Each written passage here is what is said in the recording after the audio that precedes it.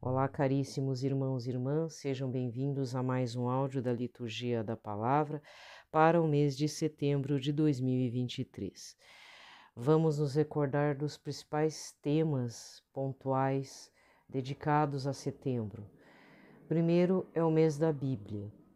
Para o mês de setembro de 2023, a reflexão do Papa refere-se às pessoas marginalizadas.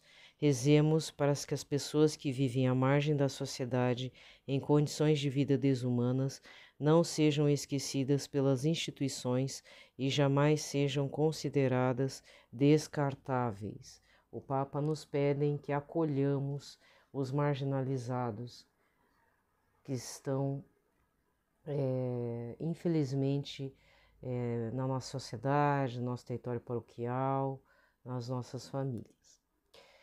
De início, vamos fazer o sinal de nossa fé, rezarmos o Salmo 32, 33, aqui na versão da CNBB, rezarmos um Pai Nosso, uma Ave Maria e um Glória ao Pai nas intenções do Papa Francisco e depois um Salve Rainha, consagrando a nossa nação ao Imaculado Coração de Nossa Senhora.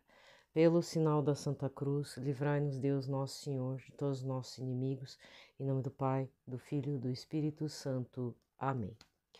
Salmo 32, 33. Ele falou e tudo se fez.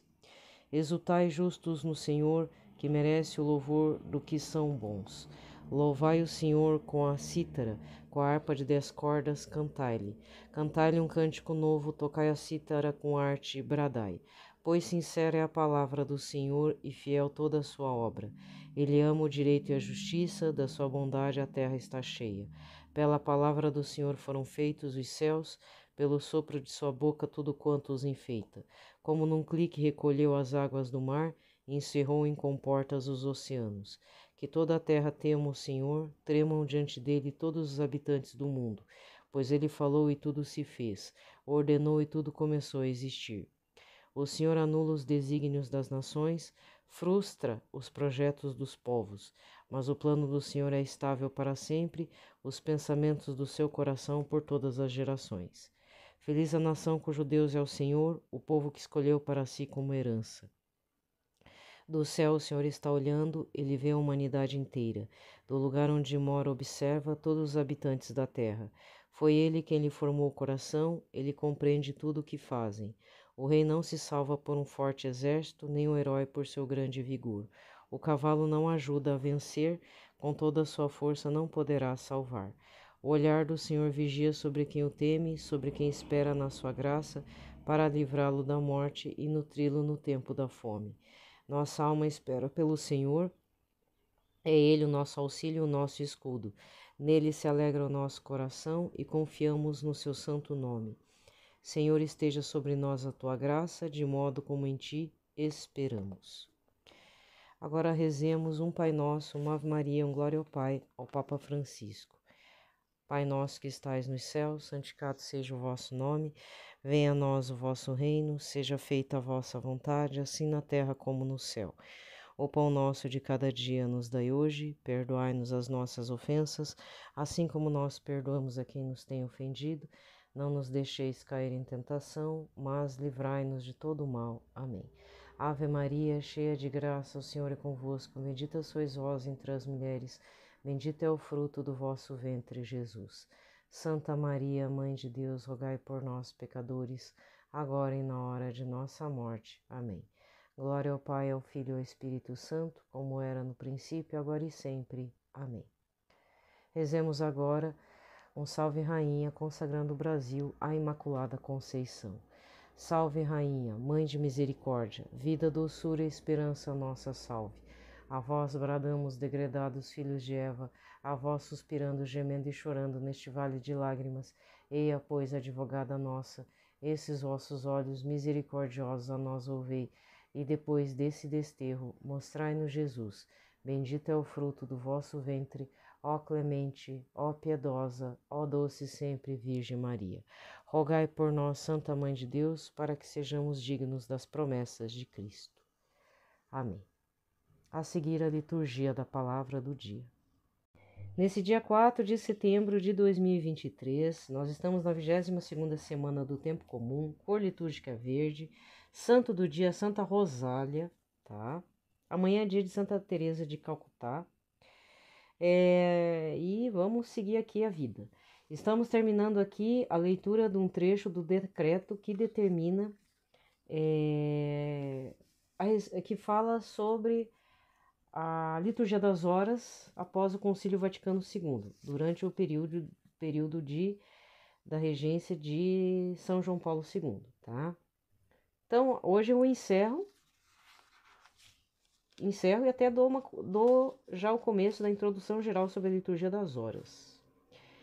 Bom, vamos lá, vamos terminar o decreto, né? O termo aqui. O Sumo Pontífice João Paulo II aprovou com sua autoridade apostólica esta segunda edição da Liturgia das Horas e a Congregação do Culto Divino agora a promulga, bem como declara ser ela a edição típica. Por conseguinte, esta mesma edição, feita em latim, entra em vigor logo ao sair. Quanto às edições em língua vernácula feitas sobre esta segunda edição, passaram a vigorar no dia determinado pelas respectivas conferências episcopais, nada havendo em contrário. Dado na sede da Congregação do Culto Divino no dia 7 de abril de 1985, domingo da Páscoa, na ressurreição do Senhor. Agostinho Maier, OSB, arcebispo titular de Satriano, pró-prefeito. E Virgílio Noy, arcebispo titular de Voncaria, secretário. Tá, aqui fechou o decreto. Agora, introdução geral sobre a liturgia das horas.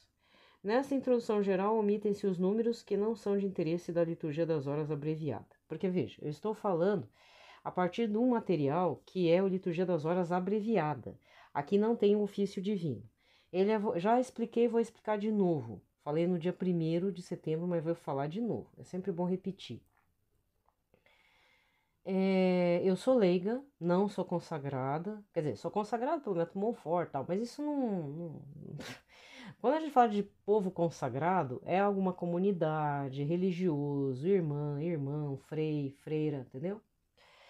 Então, a eles pode ser feito a liturgia das horas abreviada. Então, eu estou aqui com material abreviado.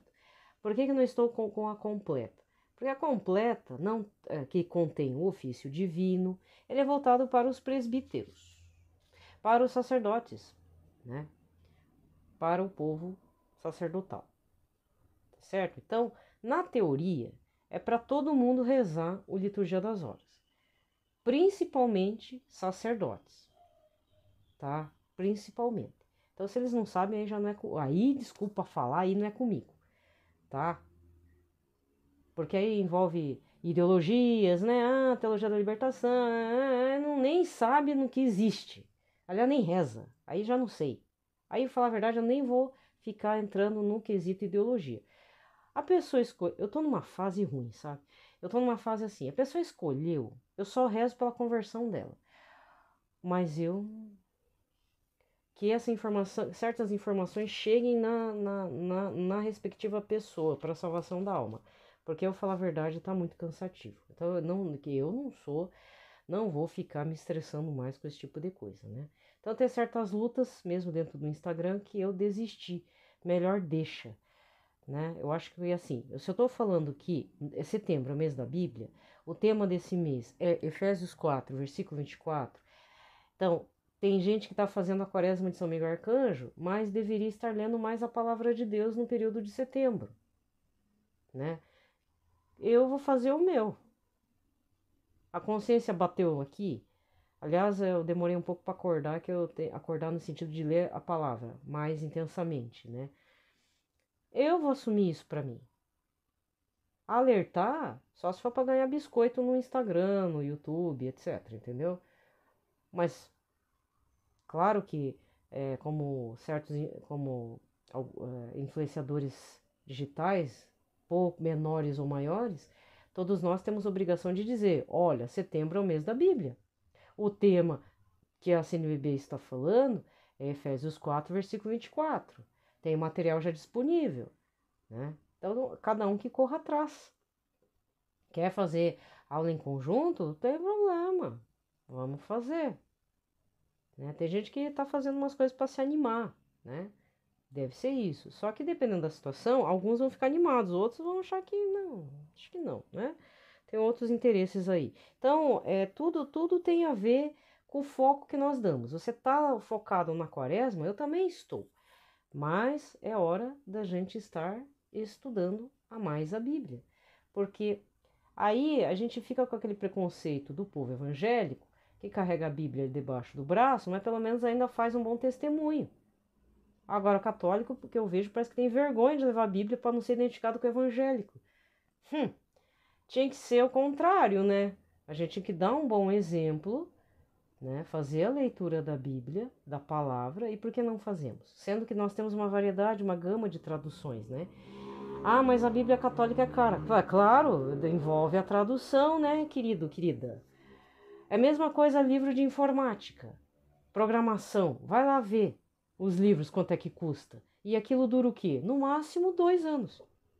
Depois você tem que jogar fora porque atualizou o programa, não é mais aquele, não, sabe? E aí se pergunta, por que é tão caro? Porque envolve estudo, pesquisa, alguém queimou os neurônios lá, muita matemática e tem o seu valor.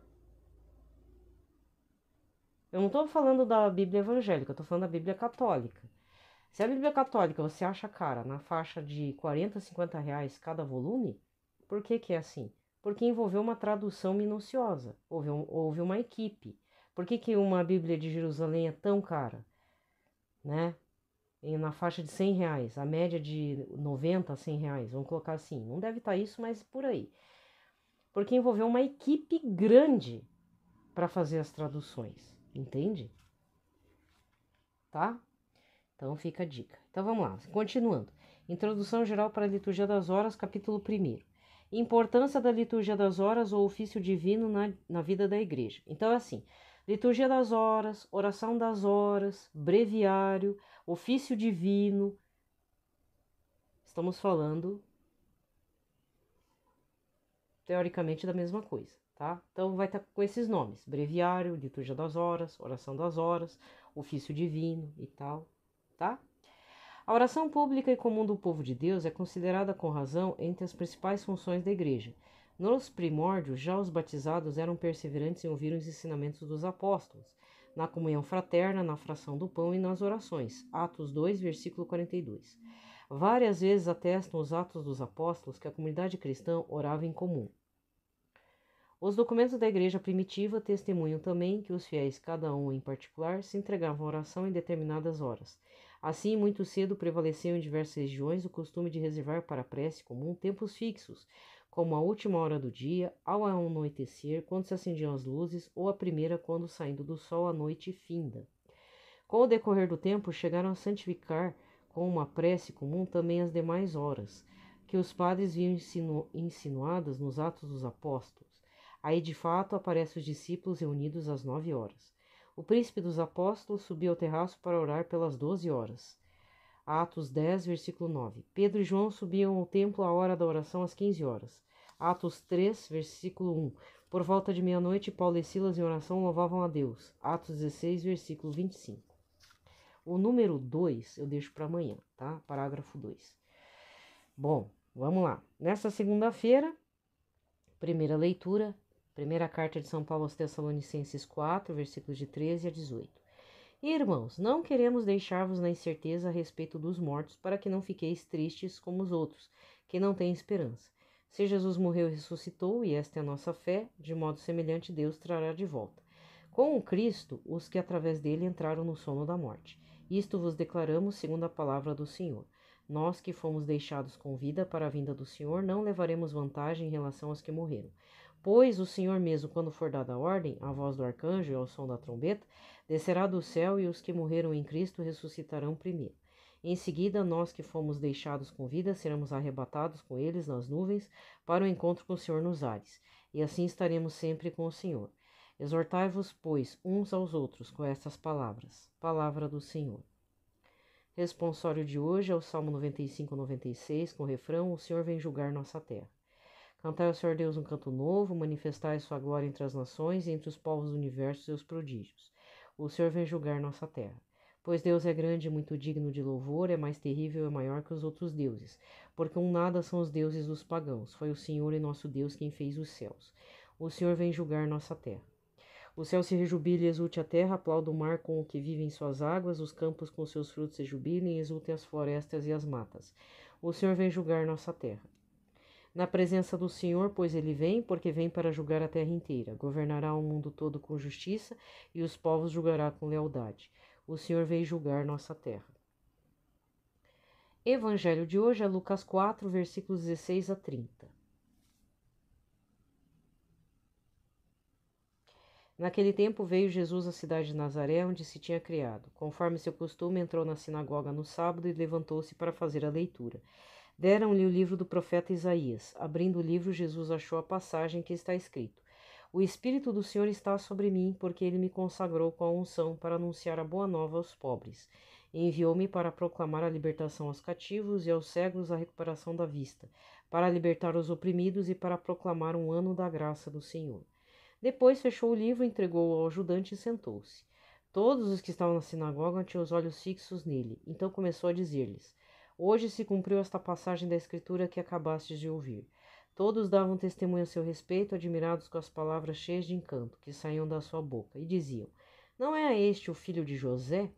Jesus, porém, disse: Sem dúvida vós me repetireis o provérbio: Médico, cura-te a ti mesmo. Faze também aqui em sua terra tudo o que ouvimos dizer que fizeste em Cafarnaum. Em verdade, e acrescentou: Em verdade eu vos digo que nenhum profeta é bem recebido em sua pátria. De fato, eu vos digo, no tempo do profeta Elias, quando não choveu durante 3 anos e 6 meses, e houve uma grande fome em toda a região, havia muitas viúvas em Israel. No entanto, a nenhuma delas foi enviado Elias, senão uma viúva que vivia em Sarepta, na Sidônia. E no tempo do profeta Eliseu, havia muitos leprosos em Israel. Contudo, nenhum deles foi curado, mas sim Naamã, o sírio. Quando ouviram essas palavras de Jesus, todos na sinagoga ficaram furiosos. Levantaram-se e o expulsaram da cidade. Levaram-no até o alto do monte sobre o qual a cidade estava construída, com a intenção de lançá-lo no precipício. Jesus, porém, passando pelo meio deles, continuou o seu caminho. Palavra da salvação. Aqui termina a liturgia da palavra e vamos recordar o evangelho de ontem, 22º domingo do tempo comum. Mateus 16, versículos 21 a 27, em que Jesus já estava preparando seus discípulos, dizendo: Olha, eu vou para Jerusalém e lá vou morrer flagelado e crucificado.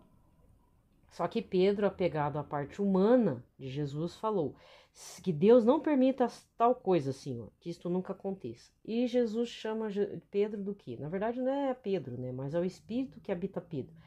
Vai para longe, Satanás. Tu és para mim uma pedra de tropeço, porque não fazes a vontade de Deus, tá?